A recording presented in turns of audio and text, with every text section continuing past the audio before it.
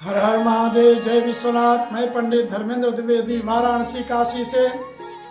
पापों से बचने के नियम।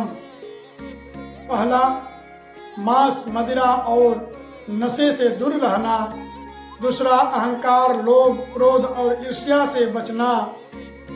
तीसरा, झूठ, कपट और अधर्म का त्याग करना। चौथा, व्यभिचार और गलत संगति से बचना। पांचवा, दूसरों के धन और अधिकार का अनादर न करना।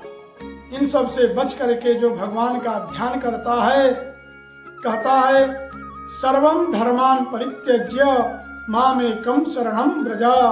श्री कृष्ण का ध्यान करना, परमात्मा की शरण में जाना, यही मोक्ष का मार्ग है। सच्चे गुरु की शरण में रहना, धर्म का आचरण करना चाहिए। हर हर महादेव। जय विश्वनाथ।